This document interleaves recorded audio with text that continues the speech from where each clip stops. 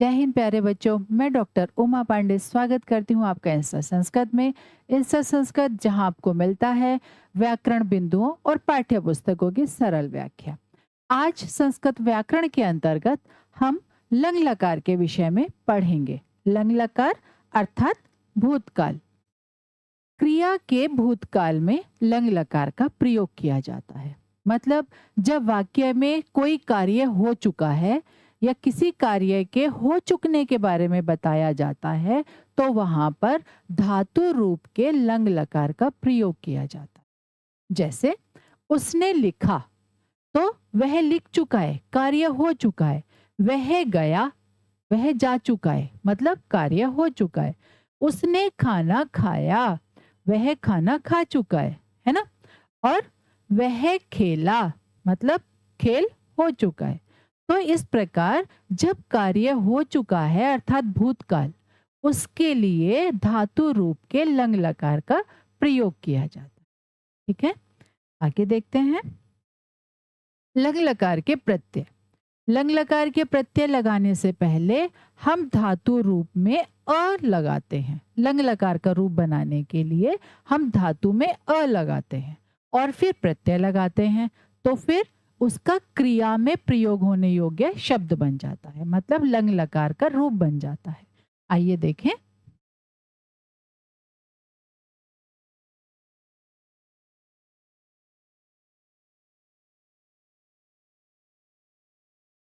अपठत।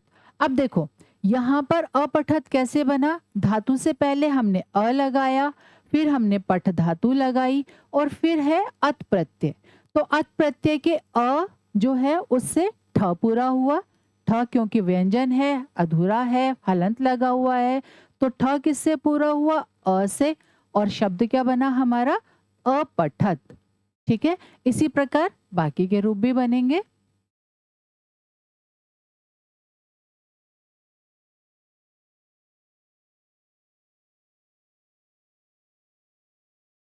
अपठताम,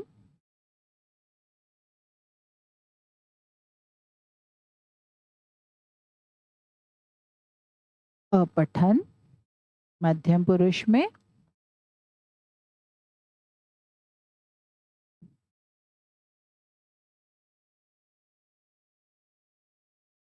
अपठः,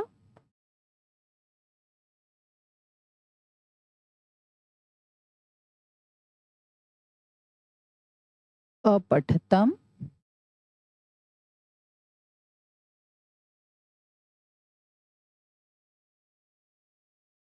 अपठत उत्तम पुरुष,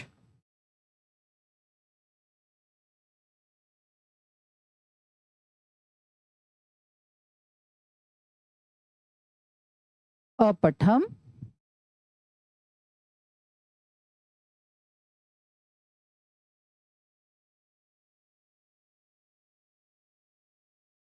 अपठाव,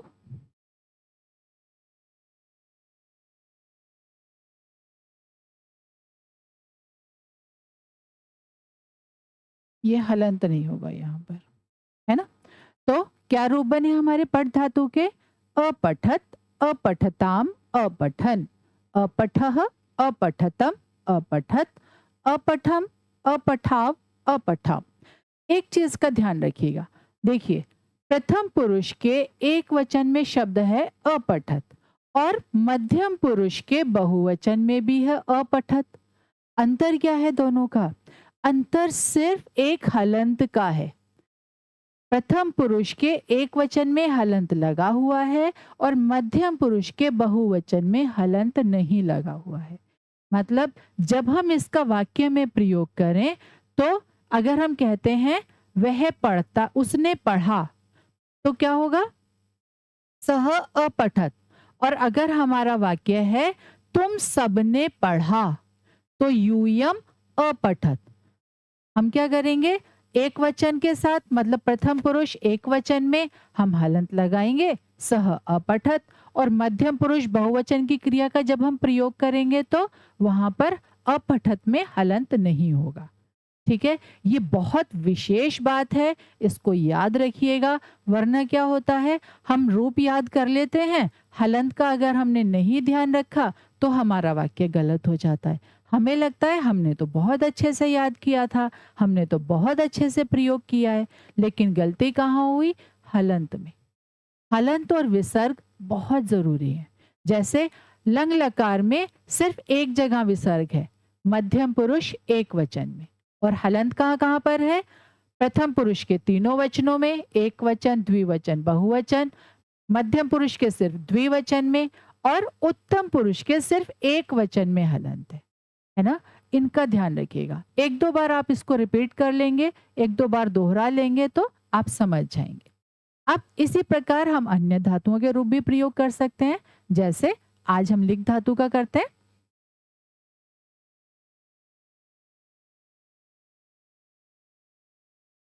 अलिखत,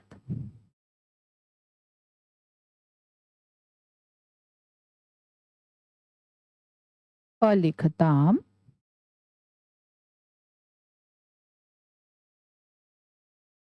अलिखन।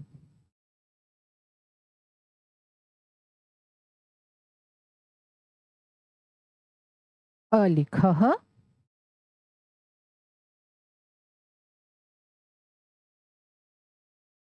अलिखतम,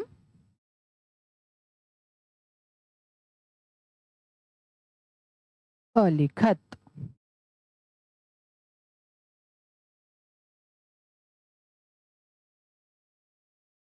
अलिखम,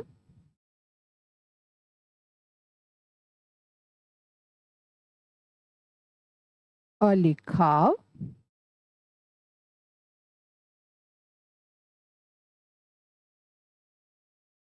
अलिखाम। ठीक है, बिल्कुल पठ की तरह ही ये रूप भी चलेंगे। परस्मय पद के धातुओं का अभी हम प्रयोग कर रहे हैं, ये प्रत्यय परस्मय पद के धातुओं में लगते हैं। ठीक है, इसी प्रकार हम गम धातु का प्रयोग भी कर सकते हैं। जैसे अगच्छत, अगच्छताम, अगच्छन, अगच्छः, अगच्छतम, अगच्छत, अगच्छम, अगच्छाव, अगच्छाम। वद धातु जो बोलने के लिए प्रयोग की जाती है। अवदत, अवदताम, अवदन, अवदः, अवदतम, अवदत, अवदम, अवदाव, अवदाम। ठीक है, कुछ विशेष भी है इसमें। क्या कि अस धातु के लंग लकार में अ को आ हो जाता है। मतलब जब अस धातु के लिए हम लंग लकार का प्रयोग करते हैं तो उसके रूप कैसे चलते हैं? आसीत, आस्ताम, आसन, आसी, आस्तम, आस्त, आसम, आस्व, आस्म। ठीक है, एक और विशेष क्या कि ई या ई से, मतलब बड़ी ई, छोटी ई या बड़ी ई, इनसे प्रारंभ होने वाली धातु के प्रथम अक्षर को क्या हो जाता है? वृद्धि हो जाता है, अर्थात आई हो जाता है। जैसे इश धातु जो इच्छा करने के लिए प्रयोग की जाती है, जिसके रूप लट लकार में कैसे चलते हैं? इच्छति, इच्छतः, इच्छन्ति, है ना? और उसका लंग लकार में क्या हो जाएगा? एच्छत। ठीक है, आइए अब आगे देखें। अब कर्ता और क्रिया के साथ इनका प्रयोग देख लेते हैं। ये कर्ता और क्रिया का प्रयोग हमने लट लकार में भी किया, लिरिट लकार में भी किया, लंग लकार में आज हम कर ही रहे हैं, लोट लकार में भी हम कर चुके हैं। मतलब जो भी पिछली वीडियो आपने यदि देखी होंगी तो सब में हमने कर्ता और क्रिया का प्रयोग किया। क्यों? क्योंकि कर्ता के अनुसार क्रिया का प्रयोग करना यदि आपने एक बार अच्छे से समझ लिया तो फिर समझिए कि आपको वाक्य रचना बहुत अच्छे से आ जाएगी। आप पाठ बड़ी आसानी से समझ पाएंगे, वाक्य रचना कर पाएंगे, चित्र वर्णन कर पाएंगे। मतलब ये पहली सीढ़ी है संस्कृत सीखने की, ये पहली सीढ़ी है कर्ता और क्रिया के बारे में जानना। इनको अच्छे से समझ लेते हैं, इसलिए हम इसको बार बार दोहराते हैं। फिर से समझते हैं। जैसे उत्तम पुरुष के कर्ता है अहम, आवाम, वयम। अहम माने मैं, आवाम माने हम दोनों, वयम माने हम सब। मध्यम पुरुष के कर्ता है त्वम, युवाम, यूयम। त्वम माने तुम, युवाम माने तुम दोनों, यूयम माने तुम सब। और इनके अलावा, किसके अलावा? उत्तम पुरुष के कर्ता और मध्यम पुरुष के कर्ता, इनके अलावा जितने भी कर्ता होते हैं उन सब के साथ प्रथम पुरुष का प्रयोग किया जाता है। प्रथम पुरुष की क्रिया का प्रयोग किया जाता है। ठीक है। अब जैसे एक बार पट धातु की लंग लकार के साथ प्रयोग देख लेते हैं। तो उत्तम पुरुष का कर्ता उत्तम पुरुष की क्रिया, मध्यम पुरुष का कर्ता मध्यम पुरुष की क्रिया और प्रथम पुरुष का कर्ता तो प्रथम पुरुष की क्रिया का प्रयोग किया जाता है। जैसे अहम माने मैं और अपठम मैंने पढ़ा, तो अहम अपठम। उत्तम पुरुष एक वचन का कर्ता, उत्तम पुरुष एक वचन की क्रिया। ठीक है। इसी तरह से आवाम अपठाव हम दोनों ने पढ़ा। वयम अपठाम हम सब ने पढ़ा। इसी प्रकार त्वम अपठः तुमने पढ़ा।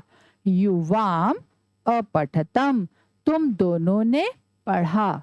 यूयम अपठत तुम सब ने पढ़ा। ठीक है। और आज स्त्रीलिंग के सर्वनाम शब्द देखते हैं। जैसे सा अपठत उसने पढ़ा।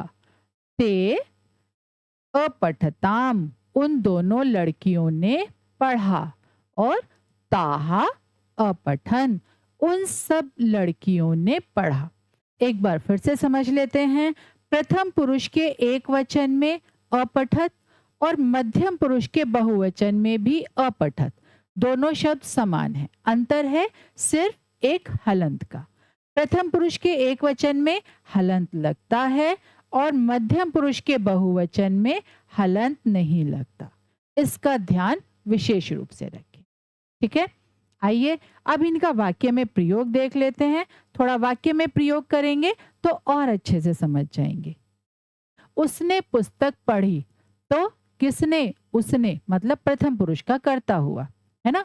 और क्या हुआ? पढ़ी, पढ़ चुका है। पुस्तक का कार्य, पढ़ने का कार्य हो चुका है। तो क्या होगी संस्कृत? सह पुस्तकम और अपठत। सह पुस्तकम अपठत। ठीक है। और उन दोनों ने लेख लिखा। उन दोनों अर्थात तौ लेखम क्या होगा?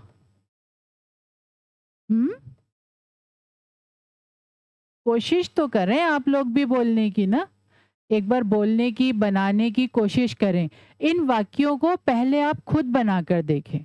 पहले बनाकर देखें, कर्ता क्रियाओं को समझकर देखें, खुद बनाएं और फिर यहाँ से इनको चेक कर लें। यदि आपके वाक्य सही होंगे इसका मतलब आपने इसको अच्छे से समझ लिया। ठीक है। उन सब ने खेला। उन सब अर्थात बहुवचन। कौन? प्रथम पुरुष का बहुवचन। तो ते क्या होगा? खेलन, है ना। तुमने गीत गाया, तो क्या बना? तुमने, है ना। तो त्वम गीतम और गाया क्या होगा? हाँ, अगायः तुमने गीत गाया, है ना। तो गई धातु मध्यम पुरुष, कौन सा लकार? लंग लकार। गा चुके हो, है ना। तुमने गीत गाया मध्यम पुरुष एक वचन त्वम के साथ। ठीक है।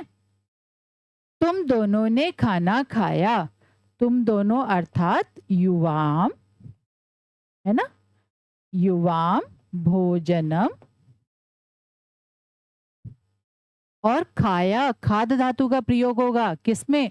इस वाक्य में क्या आएगा? लंग लकार मध्यम पुरुष द्विवचन, है ना।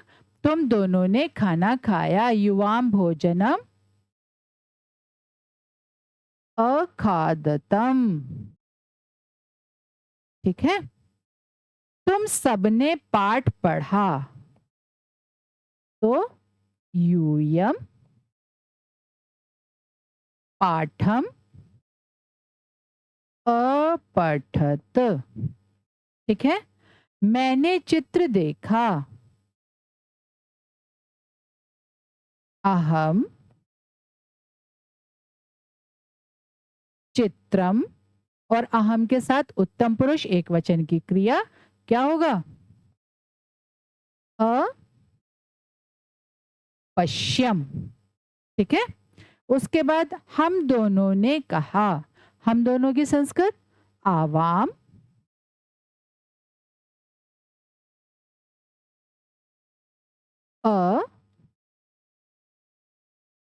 कथियाव। ठीक है। हम दोनों ने कहा कहने के लिए कथ धातु का प्रयोग किया जाता है। ठीक है। हम सब घर गए, तो हम सब अर्थात वयम, वयम गृहम, और क्या बनेगा? गच्छाम। ठीक है। तो क्या बनेगी संस्कृत इसकी? वयम गृहम अगच्छाम। ठीक है। आइए एक बार फिर से पुनरावृत्ति कर लेते हैं। आज हमने लंग लकार के विषय में पढ़ा। लंग लकार अर्थात जब वाक्य की क्रिया भूतकाल मतलब पास्ट टेंस में होती है, तो वहां धातु के लंग लकार का प्रयोग किया जाता है। नियम वही है प्रयोग करने का। प्रथम पुरुष का कर्ता प्रथम पुरुष की क्रिया, मध्यम पुरुष का कर्ता मध्यम पुरुष की क्रिया, और उत्तम पुरुष का कर्ता तो उत्तम पुरुष की क्रिया का प्रयोग किया जाता है। कुछ हमने वाक्य रचना भी की, जिसमें हमने पट धातु की तरह ही अन्य धातुओं का प्रयोग किया और उनके रूपों को चलाया, ताकि आप इसको अच्छी तरह से समझ सकें। आशा है आपको आज की वीडियो समझ में आई होगी। चैनल को सब्सक्राइब जरूर करें, ताकि आगे की वीडियो आपको आसानी से मिलती रहे। जुड़े रहिए इंस्टा संस्कृत से। नमस्कार।